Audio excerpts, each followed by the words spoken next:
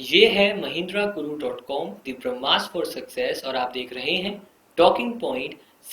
Talking point जिसके अंदर हम बात करते हैं उस खबर की जो सबसे बड़ी खबर बन चुकी है उस हफ्ते की।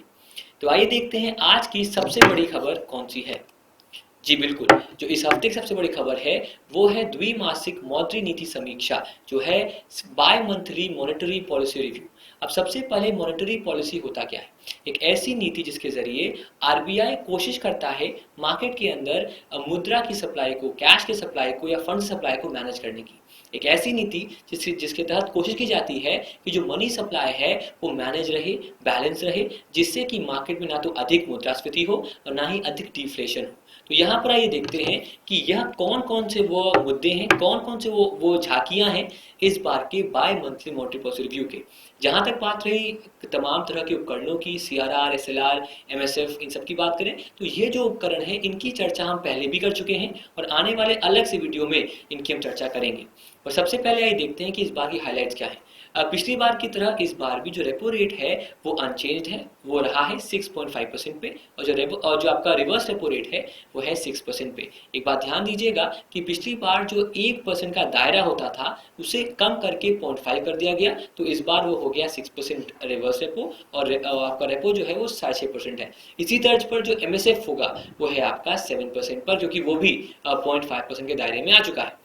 अगर बात करें हम सीआरआर की तो वो रखा गया है 4% पे और पिछले करीब 1 से 1.5 साल से ये 4% पर ही है। यहाँ जो एक मेन मंशा है सरकार की, आरबीआई की खास तौर पर, वो है मार्केट में अधिक से अधिक पैसा पहुंचाने की और मार्केट में एक संतुलन बनाने की। तो ये जो एक अंग्रेजी वर्ड लिखा हुआ है अकोमोडेटिव, जिससे कि मार्केट में जो ब्याज की दरें हैं वो कम होती जाए, क्योंकि हमने जो रेट है वो चेंज नहीं किया। यहाँ अगर बात करें विकास दर की, जीडीपी की, तो वो रखी गई है आरबीआई द्वारा 7.6%। मेरा यहाँ पर एक सुझाव है हमारे सारे एस्पायरेंट्स को कि जो तमाम तरह के संगठन हैं उन सारे संगठनों की जो एक अनुमानित जो विकास दर है भारत के लिए उसको पढ़ लें। माइका में और बूस्टर में आने वाले हम एक टेबल भी बनाएंगे जिसमें बताएंगे आपको कि वो अलग अलग संस्थाओं ने क्या रेट दिया है। तो एक रेट हमेशा याद रखिएगा, जो दिया है आरबीआई ने वो है 7.6% का इस वित्तीय वर्ष के लिए। अगर आगे बढ़े और देखें इन्फ्लेशन का टारगेट कितना रखा गया है जनवरी 2017 के लिए, तो रखा गया है 5%। हर साल आरबीआई कहती है कि वो एक साल के अंतर्गत कितना रेट कम करेगा।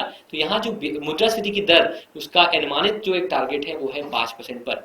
यहाँ पर आप सबको भली भांति पता है कि जब ब्याज दरें कम नहीं हुई या ब्याज दरें बैंकों की आरबीआई अनुसार उतनी कम नहीं हुई या बढ़ी नहीं, तो आरबीआई को लगा कि हमें ही कुछ ऐसा पेश करना पड़ेगा जिसको हर बैंक लागू करे, हर बैंक उसे फॉलो करने को बाध्य हो, ताकि जो ब्याज की दर है उनमें वही अंतर आए जो अंतर मार्केट को चाहिए।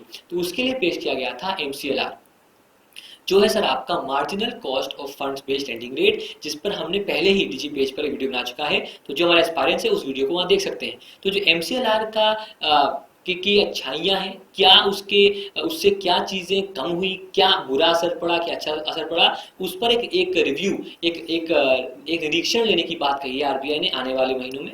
यहाँ एक और बात है जो पिछली बार भी कही थी कि जो 7वां वेतन आयोग की जो सुझाव है उनसे कितना असर पड़ेगा, इसकी बात भी है। और जो कच्चा तेल की प्राइस की जो एक अप लेवल पे आ रही धीरे धीरे, उससे क्या असर पड़ा उसकी बात भी की गई है।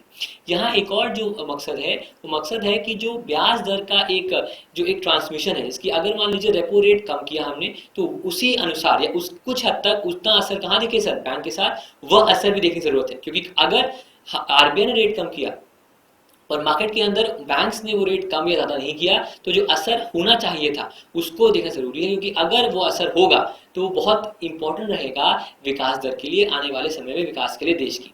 यहाँ एक और अहम बात है कि बैंक्स, क्योंकि काफ़ी बैंक जो है वो एनपीए के चक्कर में बहुत पीछे हो गए हैं, बहुत बड़े लॉस हो चुके हैं। तो जो एक पूंजी का एक विस्तारण है, जो एक कैपिटल इन्फ्यूजन की बात की है, उसको शुरू करेगा, शुरू हो चुका है, उसको और आगे बढ़ाएगा आरबीआई और गवर्नमेंट ने अभी हिंदू में जब मैं पढ़ रहा था तो वहाँ एक लेख भी लिखा था कि जेटली साहब ने मीटिंग की बैंक के साथ और उनको आश्वासन दिया कि आप एनपीए कम करिए, जहाँ तक बात कैपिटल आपको देने की है वो हम आपको हर साल जो हमने कमिट किया वो आपको देते रहेंगे। यहाँ एक और अहम बात है कि एक बहुत बड़ी कमी है, विषमता है, वो ये है कि जो प्राइवेट, जो वाणिज्यिक इन्वेस्टमेंट है, जो प्राइवेट एक निवेश है वह कम है, जिससे कि जो एक कंसर्न है आरबीआई को वो बढ़ चुकी है। तो उस पर गौर करने की बात आरबीआई ने कही है। अगर हम बात करें और टेबल फॉर्म में जो पीडीएस हमें मिला यहाँ पर उसको देखें तो पिछले अगर हम बात करें करीब एक साल की, तो 4 मार्च 2015 को अगर 3 रेट्स की बात करते हैं जो सबसे इंपॉर्टेंट है, सीआरआर, रेपो रेट और रिवर्स रेपो रेट, तो जो रेपो रेट था वो 7.5% के हाई से अब हो गया है 6%, अब हो गया 6.5% पर, तो 1% का इंटरेस्ट रेट में चेंज, 1% का रेट में चेंज आया है। अगर बात करें रिवर्स रेपो रेट की तो उसी गति पर ये भी चेंज हुआ है और उसमें भी अंतर आया है 6.5% से अब 6% पर। यहाँ एक बात अहम रखिएगा, फिर से बता दूं आपको कि जो अब कॉरिडोर है, जो अंतर है दरों में, खास तौर पर इनडायरेक्ट दरों में एमएसएफ में और रेपो रिवर्स रेपो में, वो हो गया है 0.5% का। रेपो अगर 6% है तो रिवर्स रेपो सॉरी अगर आपका रिवर्स रेपो अगर आपका रेपो 6.5% है तो रिवर्स रेपो आपका हो गया है 6%, और क्योंकि 6.5% आपका रेपो है तो प्लस 0.5 क्या हो गया सर आपका एमएसएफ हो गया 7%। पर यहाँ एक और अहम बात है कि जो सीआरआर है वो लगातार आपका 4% पर है, तो कहीं ना कहीं जो एक साख निर्माण की बात है, एक क्रेडिट क्रिएशन की बात है, वह कायम है। उसको लेकर आरबीआई भी सजग है और बैंक भी चाहता है और गवर्नमेंट भी चाहती है कि वो बना रहे, तो कहीं ना कहीं सीआरआर को इन्होंने एकदम ही स्टैग्नेंट, एकदम ही एक ही रेट पर रखा है जो है आपका 4%। अगर आगे बढ़े और देखें यहाँ पर तो जो रिव्यू में हम बात जो कह रहे थे वो यहाँ पर वही कायम है कि एक सीधी लाइन है, एक स्ट्रेट लाइन है, सीआरआर की कोई चेंज नहीं, पर रेपो रेट में और रिवर्स रेपो रेट में आप यहाँ पर चेंज देख सकते हैं। पर पिछले रिव्यू से इस रिव्यू में कोई भी चेंज, बड़ा चेंज नहीं आया है। अगर आगे बढ़ें और बात करें दूसरे हमारी खबर की, तो दूसरी हमारी खबर है मर्जर ऑफ एसबीआई एसोसिएट्स। यहाँ अगर हम अहम बात करें तो जो हमारे एसबीआई के सहकारी बैंक हैं मुख्य तौर पर 5, उनमें से जो बैंक्स की एक मर्जर की बात हो रही है। कहा जा रहा है कि एसबीआई उन्हें अपने साथ मर्ज करेगी इस साल के अंतर। इस पर गवर्नमेंट ने भी अपना एक ठप्पा लगा दिया कि हाँ हम भी चाहते हैं। यहाँ अगर बात करें प्रीवियस मर्जर्स की तो 2008 में मर्जर हुआ स्टेट बैंक ऑफ सौराष्ट्र का एसबीआई में, और 10 में हुआ स्टेट बैंक ऑफ इंदौर का एसबीआई के अंदर। अगर वर्तमान में एसबीआई की हालत देखें तो करीब 16,500 ब्रांचेज हैं दुनिया भर में, जिनमें से 191 फॉरेन ऑफिस में और करीब 36 कंट्रियों में इनका फैलाव है।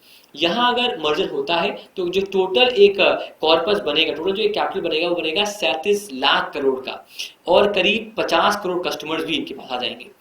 मर्जर की अगर बात करें तो जो एसेट साइज है वो हो जाएगा 555 बिलियन यूएस डॉलर्स, 22,500 ब्रांचेस और 58,000 एटीएम। पर दिक्कत कहाँ है? दिक्कत सर 2 जगह से है। पहला कि पूंजी पर्याप्त मात्रा में नहीं है, करीब करीब 2,000 करोड़ हर बैंक के पास करीब करीब होना चाहिए। दूसरा, जो एम्प्लॉय यूनियन है इन बैंक्स के, वह इसके खिलाफ हैं। वो चाहते नहीं है कि जो कुछ हद तक एक एसबीआई एसोसिएट की पहचान है वो धूमिल ना हो जाए। तो ये कुछ बातें थी एसबीआई के मर्जर की, एसबीआई एसोसिएट की मर्जर की एसबीआई के अंदर। एक और अहम बात याद रखिएगा, हर रेट को पढ़ना। यहाँ पर ध्यान रखिएगा कि जो चेंज हुआ था CRR, MSF, repo, reverse repo, उनमें अब कोई चेंज नहीं हुआ है। तो ये था हमारा टॉकिंग पॉइंट, जिसके अंदर हमने बात की आज 2 अहम विषयों की। पहला विषय था हमारा मॉनेटरी पॉलिसी रिव्यू, जिसमें कोई खास बड़ा चेंज नहीं आया, जो चेंज कहा गया वही आया, जो एसएलआर की बात कही गई वही हुई, बाकी जो बातें कही गई उसी ट्रैक पर आपका मॉनेटरी पॉलिसी रिव्यू रहा। जहां तक बात हुई मर्जर की, तो उसमें हो सकता है साल के अंतर मर्जर हो जाए एसबीआई एसोसिएट्स का एसबीआई के अंदर। इसी के साथ आपसे विदा लेते हैं। उम्मीद करते हैं कि आपको पसंद आया होगा हमारा शो, और जो भी कोई एक फीडबैक चाहे नेगेटिव पॉजिटिव उसको बिल्कुल लिखें कमेंट सेक्शन में, ताकि अगली बार उसका सुधार कर सके। एक अहम बात कि हमारे कई सारे वीडियोस और हैं, चाहे वो एग्जाम की बात हो, टिप्स एंड ट्रिक्स हो, इन पे हमने इनको बिल्कुल देखें, ताकि कहीं ना कहीं जो आपके डिफरेंट सब्जेक्ट्स हैं वो कवर हो सके। हमने अब हाल ही में यूआईआईसी का बूस्टर, जिसका नाम है की to UIIC the last app booster, उसको लॉन्च किया है। बिल्कुल उसको पढ़ें, ताकि जो 12 जुलाई को पेपर है यूआईआईसी का, उसमें आपको सफलता मिल सके। इसी के साथ आपसे विदा लेते हैं, और हमारा एक ही मकसद है, आपकी सफलता में ही हमारी सफलता है। धन्यवाद।